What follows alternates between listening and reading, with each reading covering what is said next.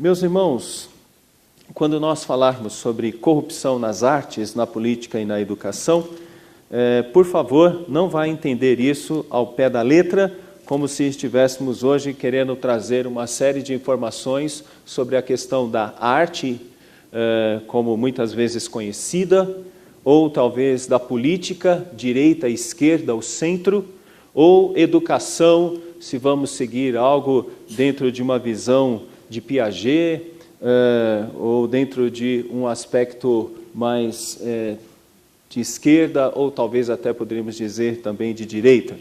Não, a nossa questão é falar sobre liderança e autoridade. Esse é o tema geral do nosso encontro. Então, hoje nós vamos falar sobre uma liderança falsa, e ela traz uma corrupção sobre o que deveria ser uma verdadeira arte, sobre o que deveria ser uma verdadeira política e sobre o que deveria ser uma verdadeira adoração, principalmente no campo espiritual. Nós estamos falando de Satanás. Por isso, eu peço a você que abra sua Bíblia no texto de Apocalipse, capítulo 13, versos de 1 a 18. 13, de 1 a 18.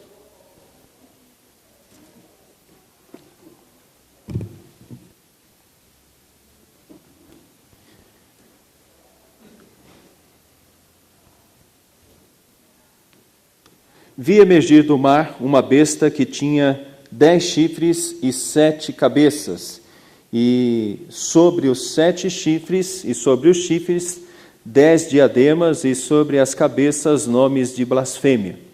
A besta que vi era semelhante ao leopardo, com pés como de urso e boca como de leão, e deu-lhe o dragão o seu poder, o seu trono e grande autoridade. Então vi uma de suas cabeças como golpeada de morte, mas essa ferida mortal foi curada, e toda a terra se maravilhou, seguindo a besta. E adoraram o dragão, porque deu a sua autoridade à besta. Também adoraram a besta, dizendo: quem é semelhante à besta? Quem pode pelejar contra ela? Foi-lhe dada uma boca que proferia arrogâncias e blasfêmias, e autoridades para agir 42 meses. Abriu a boca em blasfêmia contra Deus, para lhe difamar o nome e difamar o tabernáculo, a saber, os que difamam os que habitam no céu. Foi-lhe dado também que pelejasse contra os santos e os vencesse. Deu-se-lhes ainda autoridade sobre cada tribo, povo, língua e nação. E adorá-la-ão todos os que habitam sobre a terra, aqueles cujos nomes não foram escritos no livro da vida do Cordeiro, que foi morto desde a fundação do mundo. Se alguém tem ouvidos, ouça. Se alguém leva para cativeiro vai. Se alguém matar a espada, necessário é que seja morto a espada. Aqui está a perseverança e a fidelidade dos santos. Vi ainda outra besta emergir da terra, possuía 2 chifres, parecendo cordeiro, mas falava como dragão. Exerce a autoridade da primeira besta na sua presença. Faz com que a terra e os seus habitantes adorem a primeira besta, cuja ferida mortal fora curada. Também opera grandes sinais, de maneira que até fogo do céu faz descer a terra diante dos homens. Seduz os que habitam sobre a terra por causa dos sinais que lhe foi dado executar diante da besta, dizendo aos que habitam sobre a terra que façam uma imagem à besta, àquela que, ferida à espada, sobreviveu. E lhe foi dado comunicar fôlego à imagem da besta, para que não só a imagem falasse, como ainda fizeste morrer quantos não adorassem a imagem da besta. A todos os pequenos, os grandes, os ricos e os pobres, os livres e os escravos, faz que lhe seja dada certa marca sobre a mão direita e sobre a fronte, para que ninguém possa comprar ou vender, senão aquele que tem a marca, o nome da besta e o número do seu nome. Aqui está a sabedoria.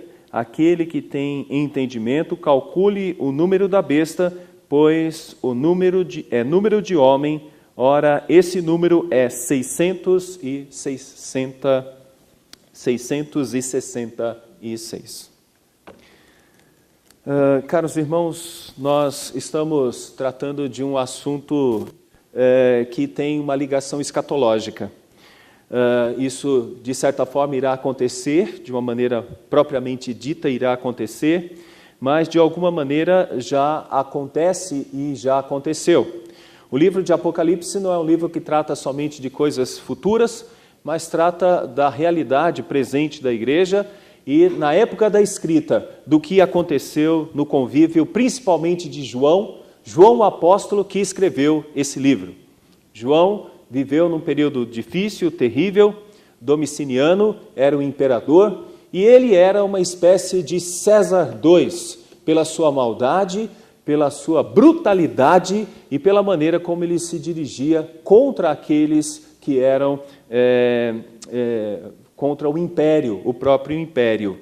Então, aqui nesse texto, nós podemos encontrar uma das sessões de Apocalipse, das 7, e uma dessas sessões faz questão de mostrar a vitória de Cristo, mas também o subpoder que existe até hoje, que é o poder de Satanás, que exerce uma certa autoridade. É uma autoridade que eu coloco como nome de corrupta. Ela é corrupta e corruptora. E nesta autoridade, o texto de João retrata alguns dados que para nós creio, seja interessante para entendermos esse tema que estamos lidando, liderança e autoridade. Então, mediante a isso, chamo a atenção de todos vocês para esta figura. Alguém sabe o que é isso? É o famoso jogo dos 7 erros, né? Observem a figura de cima e a figura de baixo. Preste atenção um pouco e tentem identificar os erros. Já encontraram algum? Já encontraram? Já? Qual foi que você encontrou? Aqui tem uma bolinha e aqui não tem bolinha. Ótimo. O que mais? Ou seja, vocês vieram para uma palestra numa sexta-feira, às 6 horas da tarde, para fazer jogo dos 7 erros.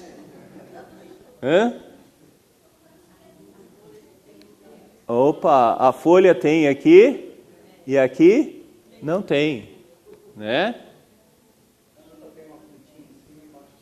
Olha aqui, ó. A fruta tem aqui, ó, e aqui não tem. É isso aí. Se fôssemos continuar, né, encontraríamos.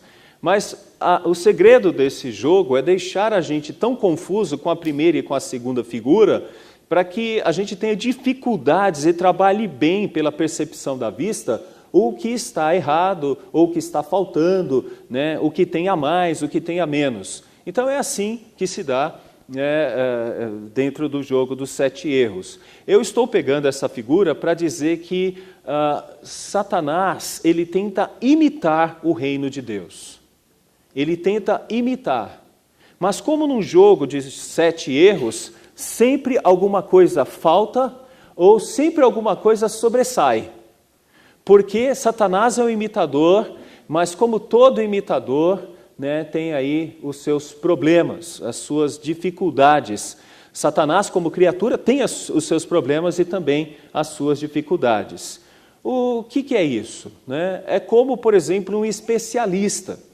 Um especialista em obras de arte, ele tenta identificar numa obra de arte, né, o que está faltando, o que tem a mais, aquilo que não é tão comum, que não seria comum o autor usar, o tipo de pigmento, o tipo de tinta, coisas desse tipo. Então, um especialista em obra de artes, ele vai ficar atento a isso, ele vai dizer, olha, essa obra aqui é adulterada, ela é falsa, né?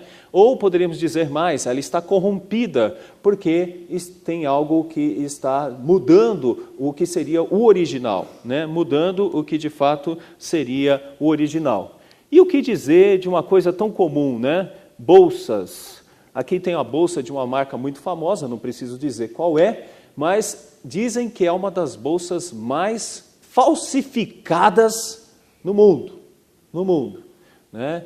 E se você perceber bem, não é tão fácil identificar aqui coisas ligadas a ela, né? Principalmente nessa área. Aqui é até possível identificar. Mas tudo isso para trazer para nós uma ideia bem clara aqui para começar a nossa discussão sobre esse texto. O corrupto e o corruptor. O que é o corrupto? Né? Mudança qualitativa pela qual a matéria perde uma forma substancial. O corruptor trabalha e busca alcançar a mudança do seu objeto de almejo. Ele tenta causar nela alguma espécie de mudança, alguma espécie de transformação. Partindo de uma mesma matriz, é isso que faz o corruptor.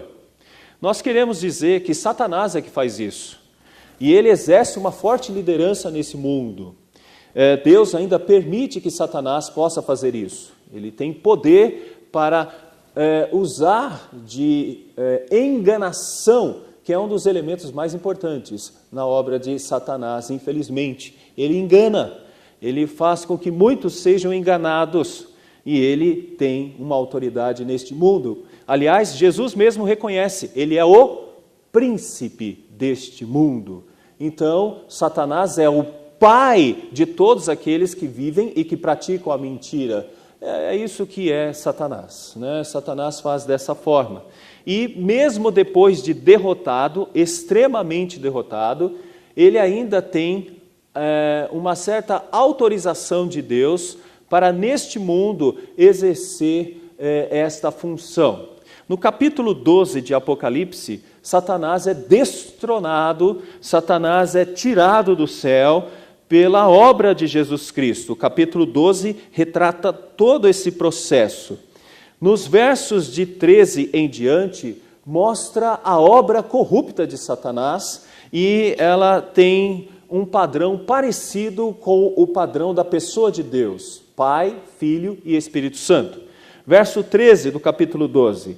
Quando, pois, o dragão se viu atirado para a terra, perseguiu a mulher que dera à luz o filho varão. E foram dadas à mulher as duas asas da grande águia, para que voasse até o deserto, ao seu lugar, aí onde é sustentada durante um tempo e metade de um tempo, e fora da vista da serpente. Essa expressão tempo, metade de um tempo e fora da vista da serpente, ela aparece de novo no capítulo 13. Então a serpente, verso 15 do capítulo 12, arrojou da sua boca, atrás da mulher, água como um rio, a fim de fazer com que ela fosse arrebatada pelo rio. A terra, porém, socorreu a mulher,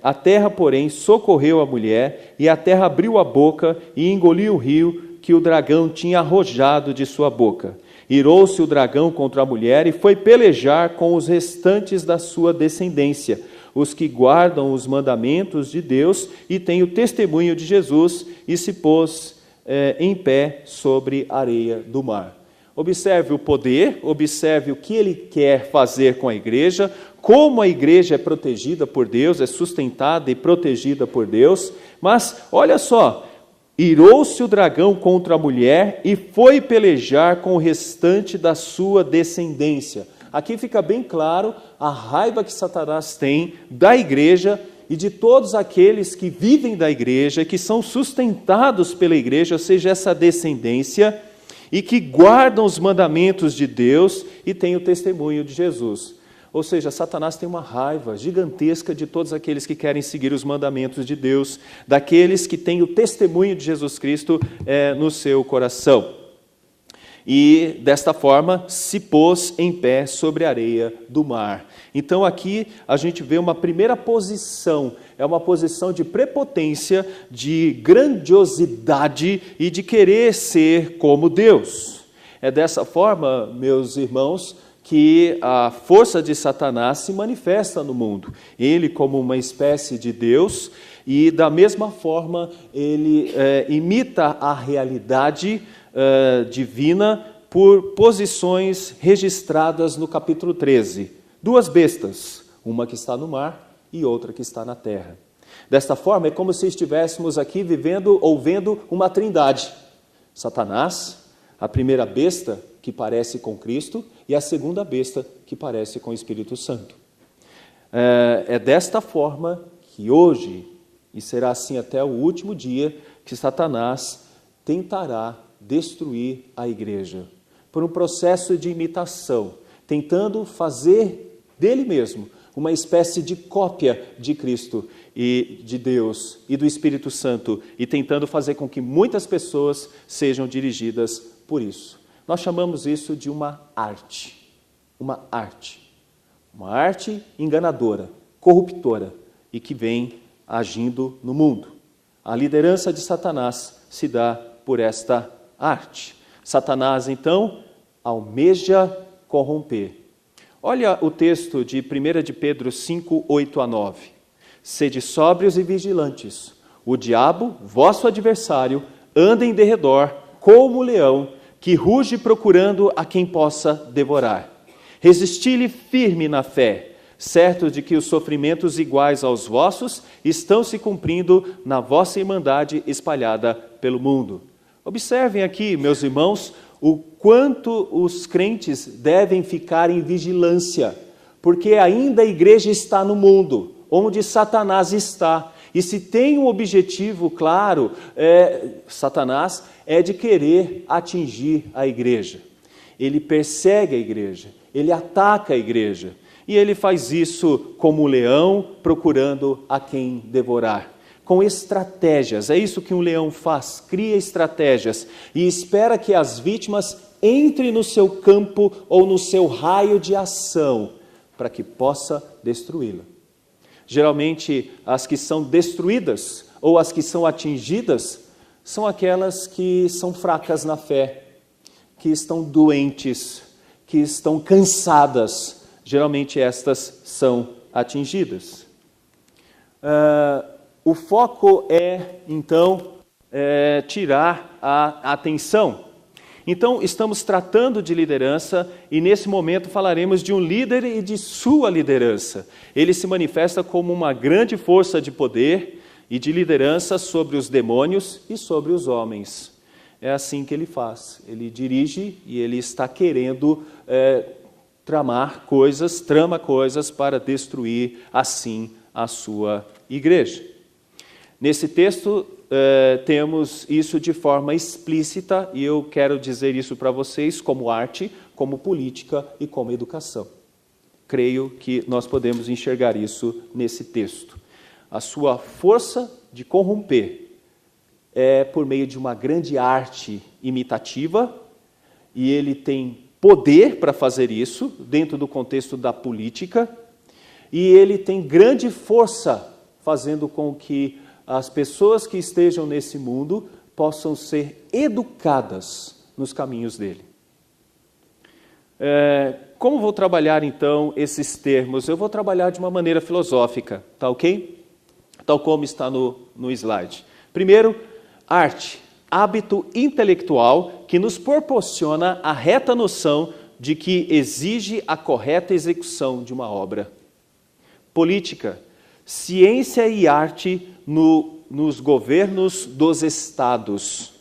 Educação, busca para desenvolver um sentido ou uma faculdade, uma potência ativa que dispõe um ser a agir. Vamos refletir de novo? Arte, hábito intelectual que nos proporciona a reta noção do que exige a correta execução de uma obra. Uma coisa que Satanás sabe fazer muito bem é fazer com que todos aqueles que os sigam possam se sentir bem, se sentir úteis, se sentir felizes, se sentir diante de uma realidade. É uma ilusão, é uma grande mentira. Por exemplo, o marido que está traindo a esposa e ninguém está percebendo, ele parece que está bem, ele não tem nenhum problema, ninguém está sabendo. É uma ilusão, na verdade. Deus está sabendo. Quando um político erra e comete um crime, como, por exemplo, roubar, e ele diz, ninguém vai me pegar porque eu estou criando todos os caminhos para que ninguém me pegue, é uma ilusão. Satanás tem a arte de iludir, e os homens caem como patinhos nessa ilusão. É como se fosse uma magia. Quando nós falamos de política, Satanás tem poder. Os governos, as forças desse mundo são dirigidas, de uma certa forma, pela ambição, pelo egoísmo. E Satanás controla isso. E quando nós falamos de educação, se tem uma coisa que Satanás quer, é que você possa seguir os mandamentos dele. E quando você segue os mandamentos de Satanás, todos eles são ligados a prazer. Fuga do desprazer e correr para o prazer. Por isso eu digo que nós estamos diante de uma corrupção clara na arte, na política e na educação. E por que eu estou falando isso? Porque a arte, quando bem feita, ela serve para coisas muito boas. Serve para nos animar em alguns momentos de tristeza. E serve para fazer com que a gente possa chorar e entender a realidade do sofrimento. Da mesma forma, a política, quando bem realizada, o povo é beneficiado. Quando a política é bem realizada e temos administradores que administram bem, você não tem dificuldades como aquelas que costumamos ver em governos onde há corrupção. E quando nós falamos de uma boa educação, nós estamos falando num sentido onde podemos ter aquilo que nós chamaríamos de bom viver ou bem viver, quando nós temos uma boa educação. E é comum a gente observar isso. Eu sempre conto essa história de um contexto reformado. Certa vez um colega nosso foi para a Holanda e ele foi pegar um avião, mas o seu colega holandês que estava recebendo aquele irmão levou até o aeroporto e antes de chegar no aeroporto, aliás, antes de chegar na porta do aeroporto, ele parou bem antes, numa série de vagas distante da porta do aeroporto. E esse colega brasileiro falou: mas puxa vida, tantas vagas lá na frente, por que a gente tem que parar aqui atrás? E ele disse: nós estamos com muito tempo, tem bastante tempo, dá tempo suficiente para a gente chegar, tomar um café, fazer alguma coisa, mas e se alguém atrasado precisar daquela vaga? Ele vai poder encontrar, porque nós estamos com tempo. Isso é educação. Isso é educação. Num país reformado, nós muitas vezes encontramos boa educação. Se fosse no Brasil, pararia numa faixa de pedestres, mas de deficiente ou de idoso. Não é verdade? Boa educação. Então, esses 3 elementos são importantes, mas estão corrompidos. E, nesse sentido, o texto nos ajuda a perceber. Vou trabalhar rapidamente cada um deles. Primeiro, corrupção na arte. Corrupção na arte, né? O hábito intelectual que nos proporciona a reta noção do que exige a correta execução de uma obra. Bom, se nós fôssemos entender a obra verdadeira de Cristo, seria maravilhoso. Mas Satanás quebra isso. Satanás, ele imita a obra de Cristo. Então, temos aí algo que até parece ser bom. Mas o que nós vamos perceber com Satanás é que ele faz isso de uma forma diferente, fazendo com que aqueles que estão no mundo e aqueles que ele quer atingir na igreja se distancie de Deus e se dobre e se devote a Satanás. No verso 1, a gente percebe isso. Vi emergir do mar uma besta que tinha 10 chifres e 7 cabeças. 7 é um número que é ligado à pessoa de Deus. 7 é um número ligado à perfeição. Mas aqui a gente vê a imitação. 7 aqui não significa que há uma perfeição neste ser, nesta besta que emerge por ordem de Satanás. Na verdade, 7 aqui é uma imitação. Ele está imitando a realidade do perfeito, que seria, na verdade, aqui o próprio Cristo. Ele está imitando o próprio Cristo. Olha só o que diz a respeito desta besta, verso 2. A besta que vi era semelhante a leopardo, com os pés como de urso, a boca como de leão, e deu-lhe o dragão o seu poder, o seu trono, a grande autoridade. Então vi uma de suas cabeças como golpeada de morte, mas esta ferida mortal foi curada e toda a terra se maravilhou seguindo a besta. É como Cristo, que foi morto, mas ressuscitou. Essa besta imita a pessoa de Cristo.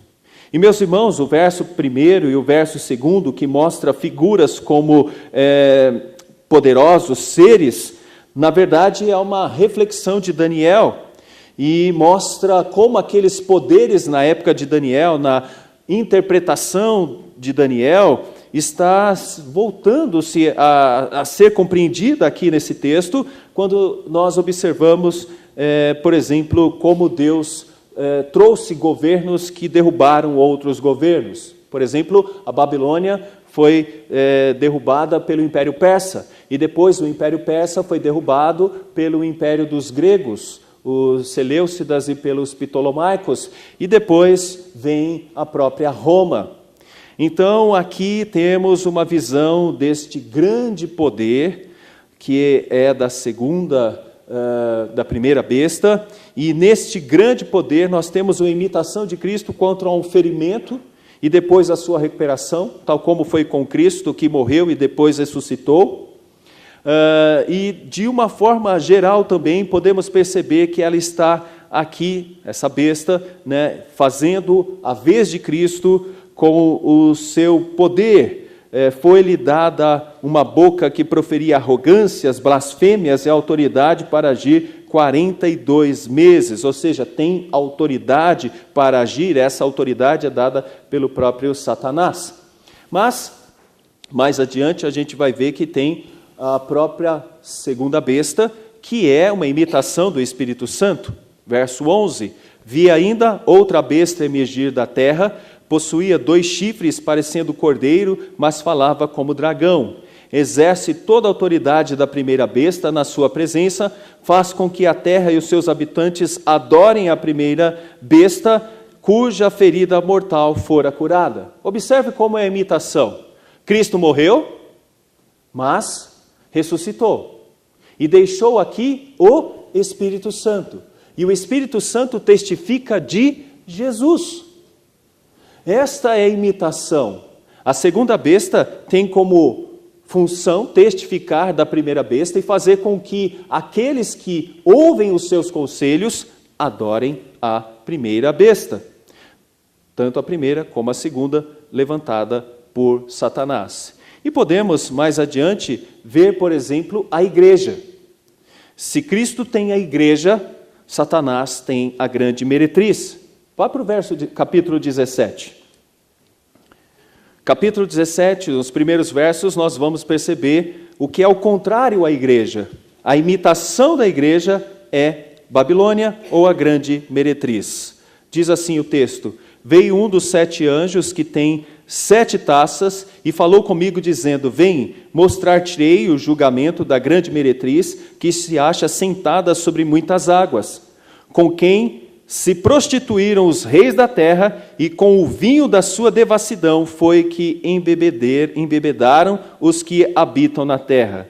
Transportou-me o anjo em espírito a um deserto, e vi uma mulher montada numa besta escarlate, besta repleta de nomes de blasfêmia, com 7 cabeças e 10 chifres.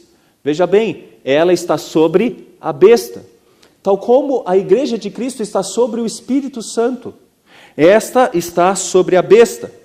O verso diz mais, no verso 5, na sua fronte achava-se escrito um nome, um mistério: Babilônia, a grande, a mãe das meretrizes e das abominações da terra. Então vi a mulher embriagada com o sangue dos santos e com o sangue das testemunhas de Jesus, e quando vi, admirei-me com grande espanto. Então João vê os inimigos de Cristo, na pessoa do dragão, Satanás, tentando representar o Pai. Na pessoa da besta que emerge do mar, Jesus Cristo, tentando representar Jesus Cristo, uma arte imitativa de Cristo. Na besta que emerge da terra, uma tentativa de interpretar o Espírito Santo nessa arte demoníaca. E depois podemos ver o capítulo 17, a igreja sendo imitada nessa arte demoníaca como aquela que está no mundo, a religiosidade do mundo. Por isso, nós podemos dizer que é uma corrupção na arte por causa do próprio Satanás. é um ministério de imitação da obra de Deus. O capítulo 13 nos mostra os agentes, os instrumentos que são usados pelo dragão em seu ataque contra a igreja.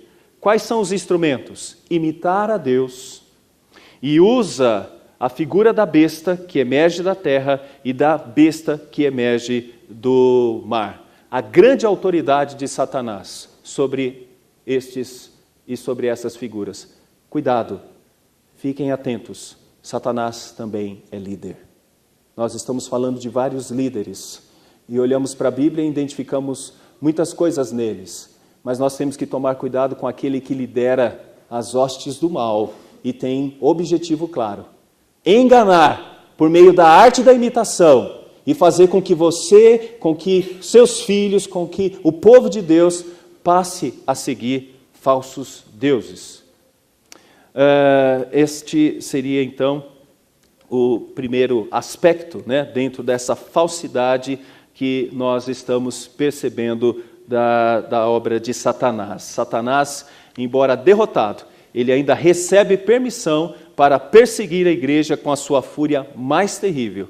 E ele tenta falsificar a obra de redenção de Deus. Ele tenta fazer isso de várias maneiras. Por exemplo, a falsidade de meia. Observe que é o texto que nos mostra isso, né? Verso 18 do capítulo 13. Aqui está a sabedoria. Aquele que tem entendimento, calcule o número da besta, pois é número de homem. Ora, esse número é 666.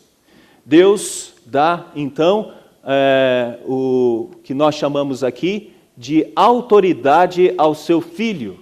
No capítulo 2, verso 27, no capítulo 3, verso 21.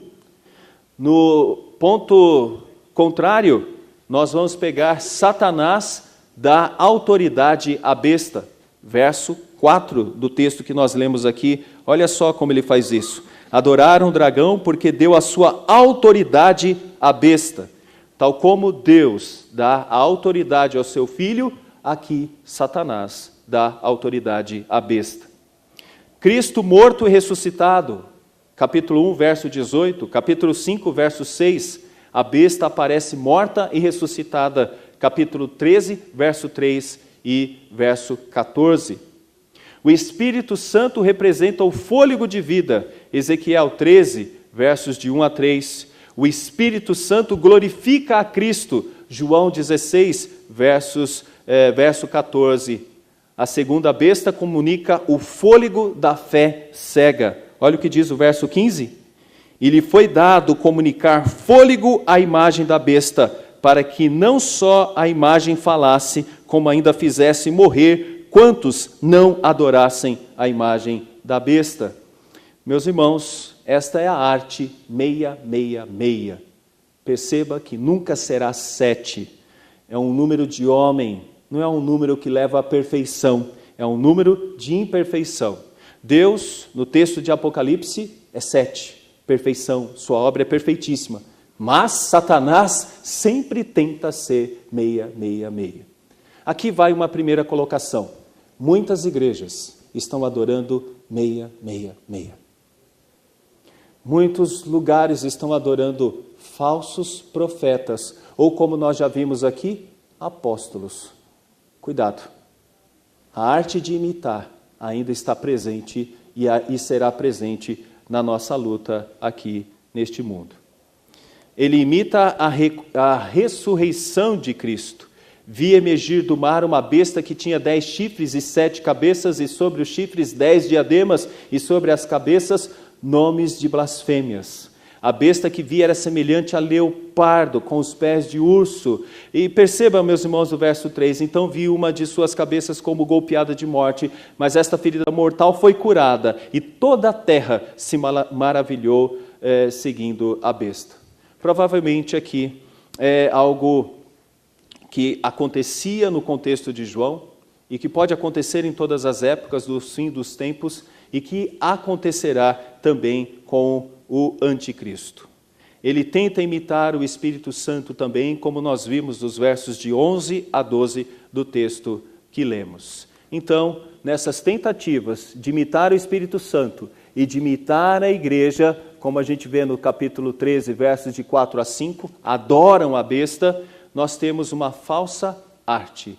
Mas, meus irmãos, Cristo mesmo nos apontou estas coisas, porque surgirão falsos cristos e falsos profetas, operando grandes sinais e prodígios para enganar, se possível, os próprios eleitos.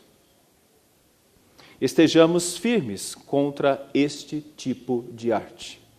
É uma arte imitativa, é uma arte que tenta trabalhar ao contrário e dar uma segurança àqueles que seguem a Satanás, talvez até achando que estão seguindo bons fluidos, bons mestres, estão seguindo bons gurus. E, meus irmãos, na verdade, essas pessoas não sabem, mas estão seguindo ao plano imitativo do próprio Satanás. Vamos para o segundo elemento, que é a corrupção política. Bom, política, ciência, arte nos governos dos estados. E aí a gente pode ver isso, né? Dentro da política nós temos o poder da administração. A política faz um monitoramento.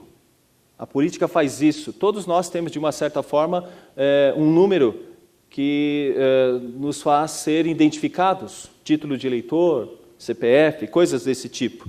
Isso é para o controle, para que haja um controle, para que se possa repreender aqueles que fazem coisas ruins, para que possa enaltecer aqueles que fazem coisas boas. Meus irmãos, há um poder também nesse mundo, um poder político, e ele é dirigido por Satanás. Nós já mostramos que ele está no verso 1 e no verso de número 2, quando nós percebemos alguns seres que representam os poderes políticos no texto de Daniel. Já falamos um pouco sobre a autoridade que foi dada no verso de número 4. E o verso de número 6, o que ocorre também é que há um poder para difamar o reino de Deus, para ir contra o reino de Deus. Nos versos de número 7, aliás, no verso de número 7, diz algo: foi-lhe dado também que pelejasse contra os santos e os vencesse. Deu-se-lhe ainda autoridade sobre cada tribo, povo, língua e nação. É isso, meus irmãos, que ocorre no mundo. Os poderes, de uma certa forma, deste mundo estão ligados à corrupção. São corruptos muitas vezes e corruptores. Por isso que nós estamos falando de corrupção em vários segmentos e estamos mostrando na arte. Geralmente, os reinos estão em guerra. Observem isso. Geralmente tem algumas desculpas religiosas para estas guerras. Mas o que nós estamos vendo é que todas estas guerras, todos esses desejos, toda essa corrupção que existe muitas vezes no contexto do poder, é porque, antes de tudo, eles têm um líder maior, que seria o próprio inimigo. As forças deste mundo são direcionadas por isto. Observe como é fácil criar leis que possam ir contra a vontade de Deus. Observe o quanto é desejado criar leis que combatem a palavra de Deus. É comum existir tiranos que realizam coisas como aquelas que nós vimos na figura de Hitler, ou que façam coisas tão terríveis como Gengis Khan, ou tantos outros como na época da escrita, Nero, que matava cristãos com fogo, em estacas, em cruzes. Todos esses movimentos, quando não sofrem o efeito da ação benéfica de Deus com a sua graça comum, podem se transformar em grandes centros de destruição e de perseguição aos cristãos. Se isso não acontece no nosso país, saibam que é, na verdade, a ação de Deus que restringe o mal sobre nós. Mas eu quero traçar aqui um elemento que pode fazer com que eu possa ilustrar isso. A Coreia do Norte, onde se uma pessoa é pega com um trecho da palavra de Deus, ela é multada. E se encontrar uma Bíblia na casa, essa pessoa é presa. O que faz que um governo como esse possa ser mantido? Simples. O príncipe deste mundo dirige governos. Ele instiga o desejo e a ganância por poder e faz com que as pessoas vivam para adorar aquilo que faz deste mundo ser adorado: dinheiro. Quando vocês observarem leis que são boas, que são agradáveis, inclusive para os cristãos, tratem de glorificar a Deus, que ameniza o sofrimento da igreja enquanto ela é perseguida, como nós vimos no capítulo 12. A política ela está afetada por isso. Por isso, tome cuidado quando você confia muito num político e pensa que ele será salvação para uma determinada nação.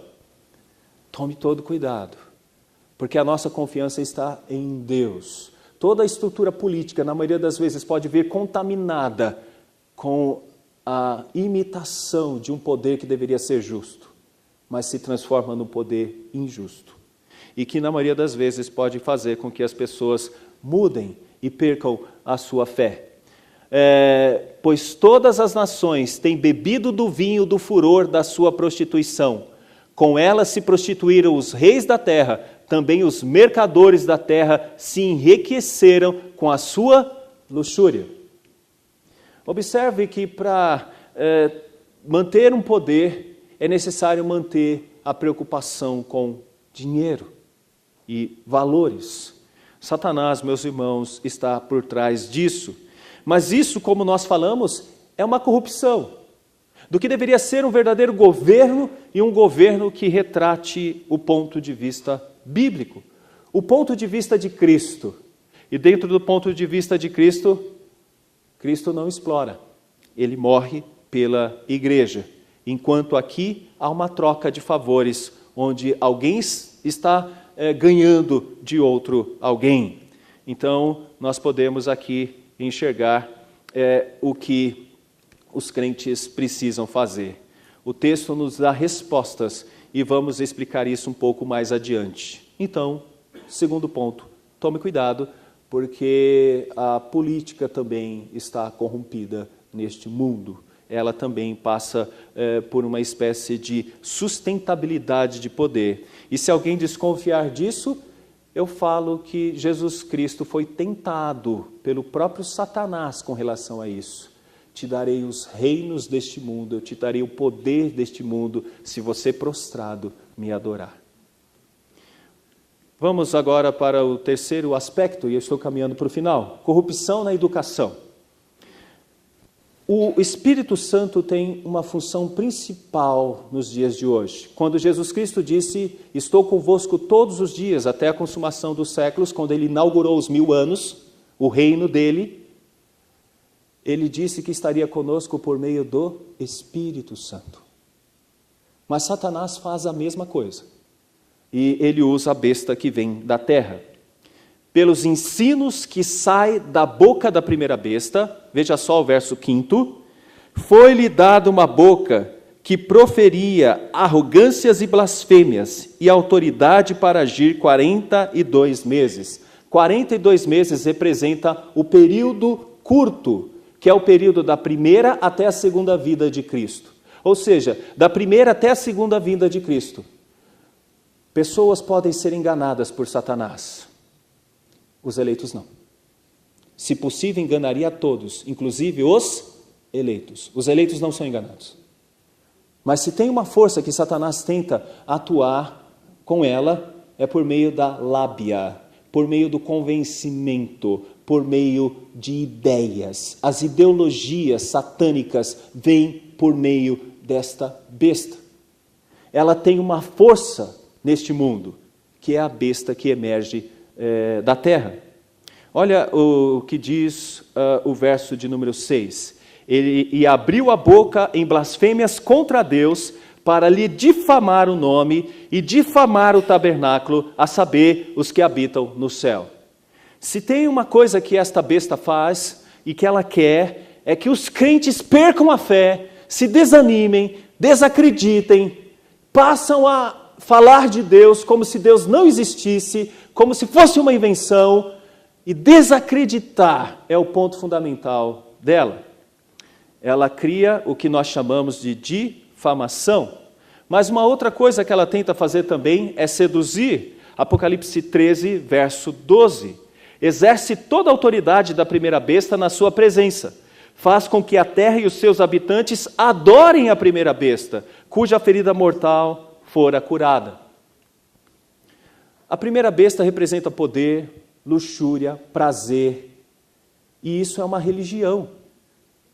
E para que isso fique forte, é necessário que tenha evangelistas. Esses evangelistas estão na música, no cinema, na arte, em todo lugar, fazendo com que pessoas possam perder a fé ou mudar a fé.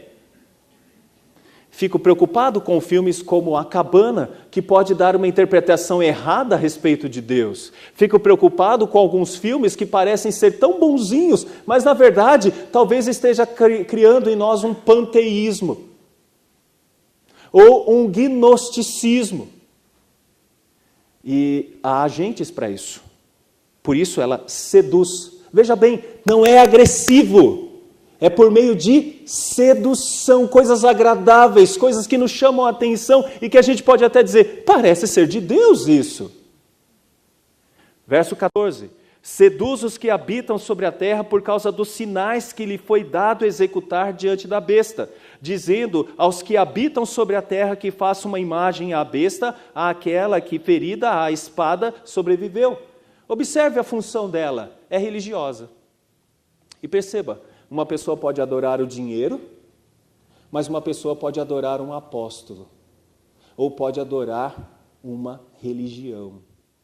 A besta tem esse poder para fazer isso. É uma corrupção de uma educação que poderia ser sadia, como a educação que recebemos de Deus.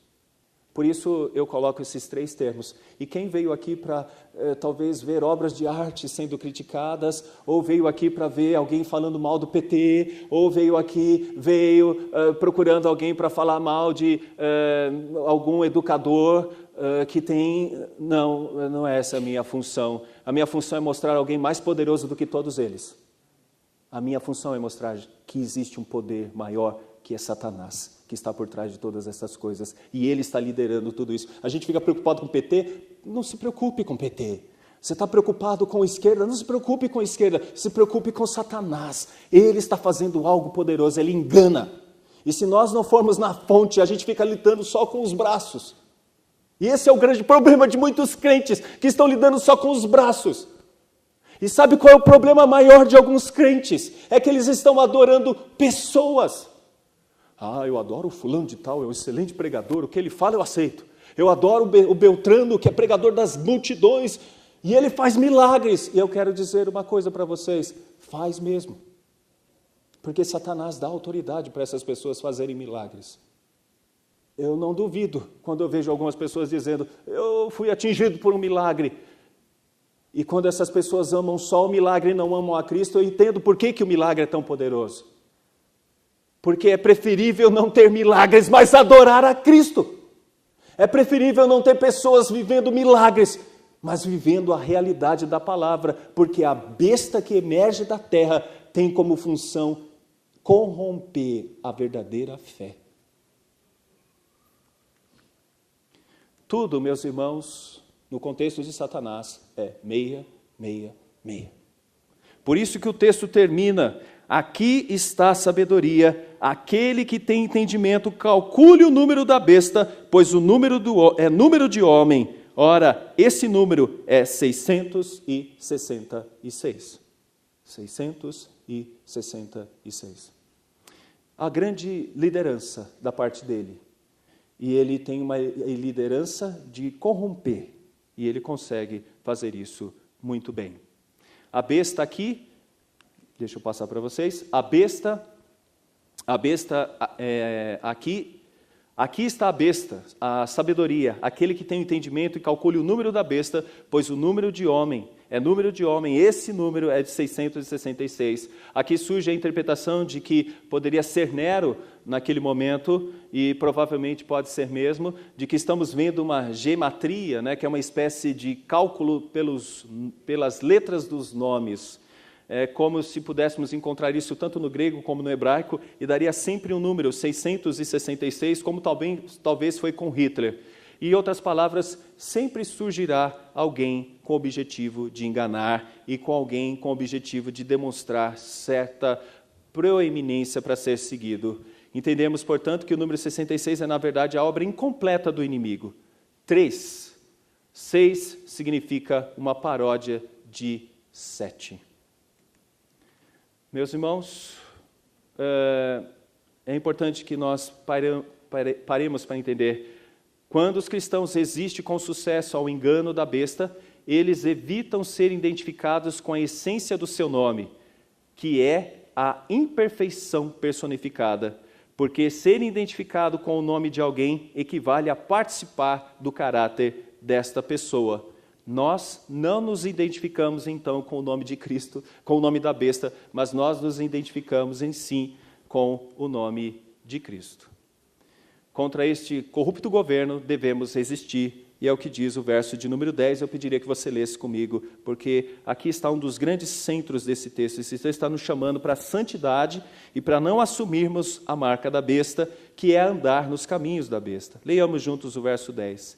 Se alguém leva para cativeiro vai. Se alguém matar a espada, necessário é que seja morto a espada. Aqui está a perseverança e a fidelidade dos santos.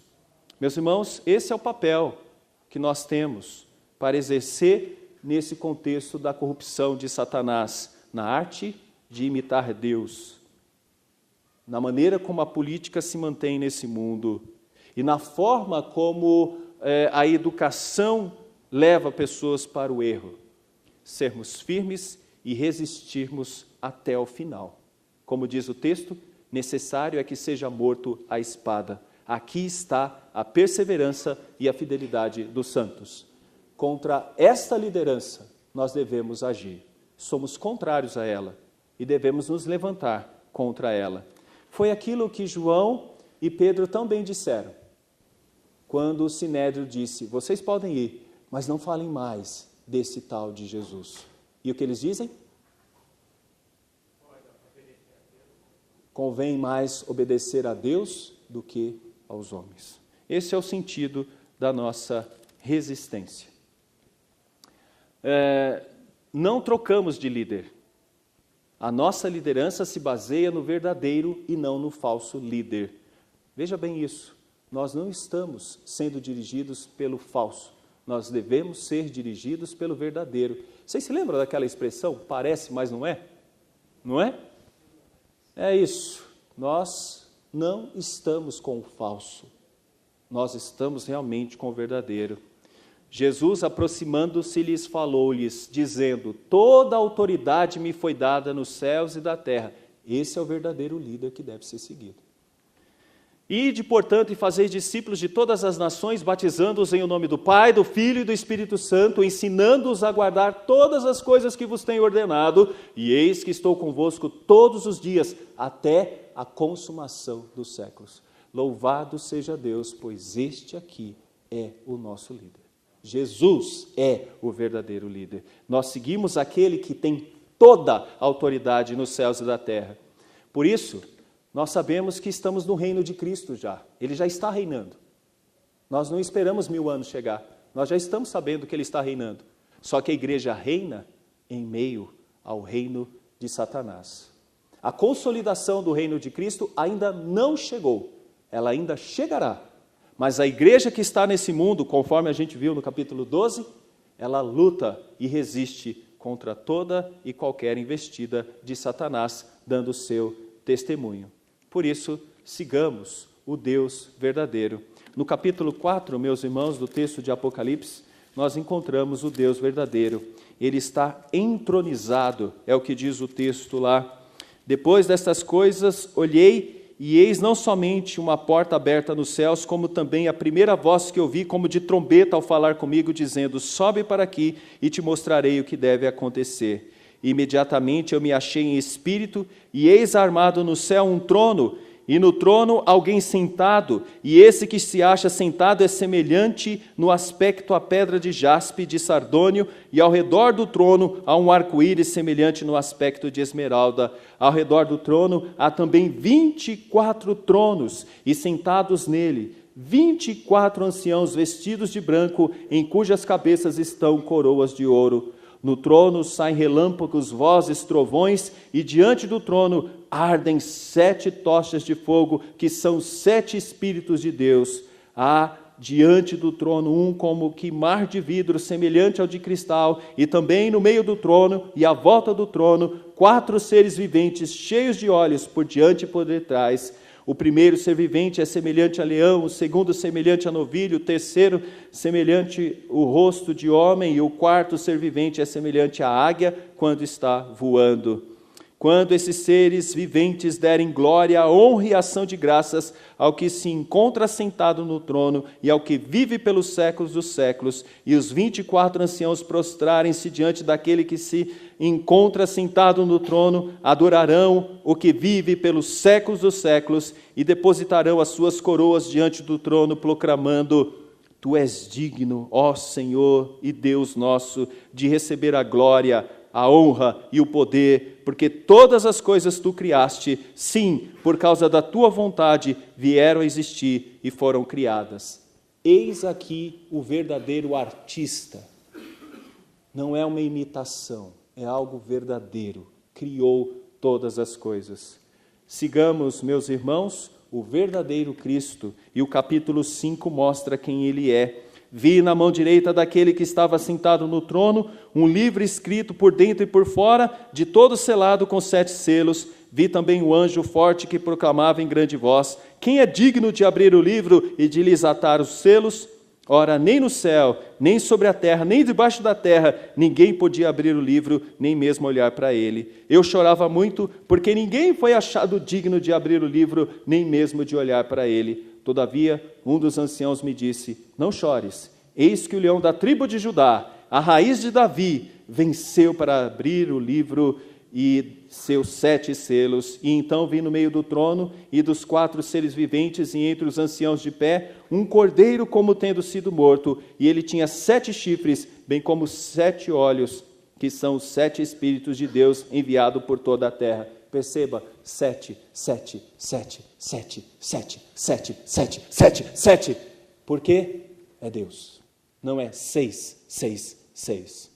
Adoremos, meus irmãos, o verdadeiro.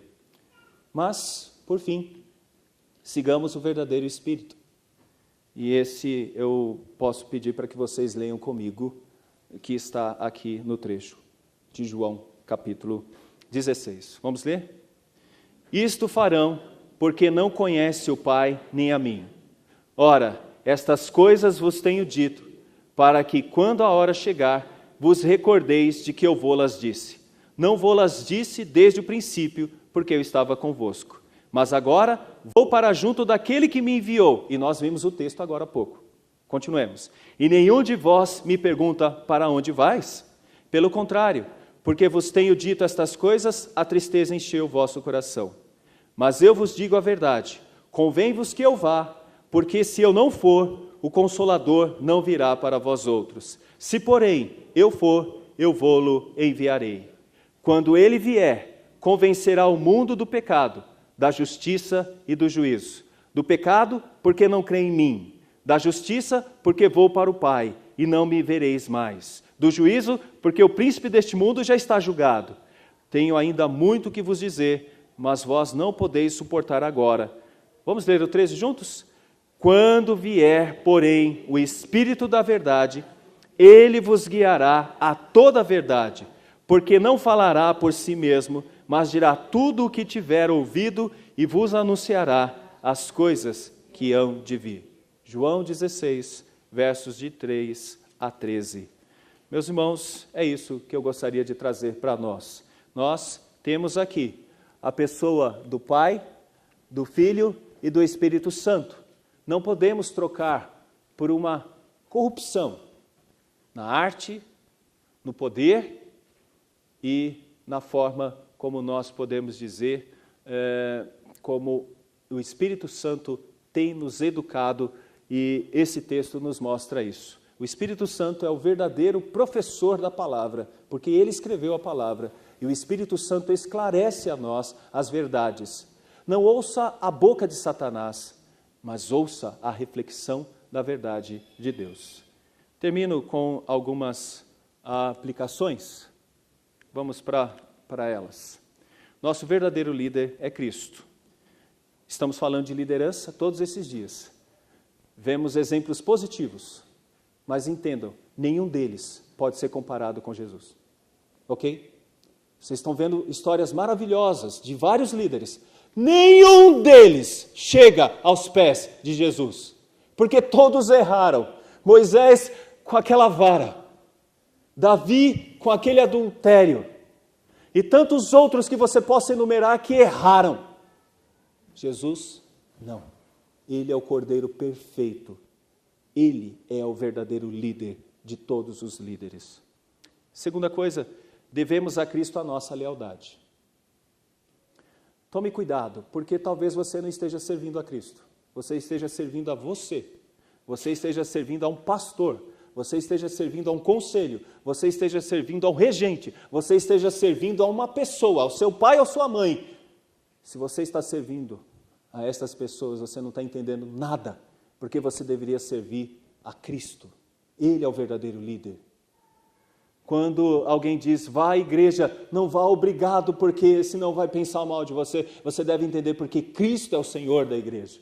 Quando alguém disser evangelize, seja leal a Cristo e evangelize. Quando alguém disser viva o evangelho, não viva para que alguém possa te dar um tapinha nas costas e dizer que irmão bom que você é, que irmã boa que você é, mas que você possa entender que tem lealdade a Cristo. Terceira coisa, quem se apoia nessa arte falsa, que não pode nunca substituir a realidade da obra de Deus, terá um grande fim. Leia o capítulo 18, eu não tenho tempo de ler porque meu tempo já explodiu, mas leia o capítulo 18 e você vai ver o fim daqueles que seguem o profeta, a besta e a grande meretriz. É um fim terrível. Como é ruim as pessoas caírem na armadilha de uma arte falsa. Devemos praticar a verdadeira arte. 1 Coríntios 11:1 diz, o que diz mesmo? Eu sempre pergunto esse texto, né? Sede, portanto, meus imitadores, como eu também sou de Cristo. Agora dá para falar todo mundo. Sede, portanto, meus imitadores, como eu também sou de Cristo. A nossa marca não é visível, é invisível. Perceba que a marca da besta é na mão e na testa. É uma imitação do que o Espírito Santo faz conosco. O Espírito Santo marca a nossa fronte. Essa é a marca de Deus em nós, um novo pensamento, fronte. E na mão direita, ação que glorifica a Deus. Nós não precisamos de marca, porque a nossa marca é o viver segundo a vontade de Cristo.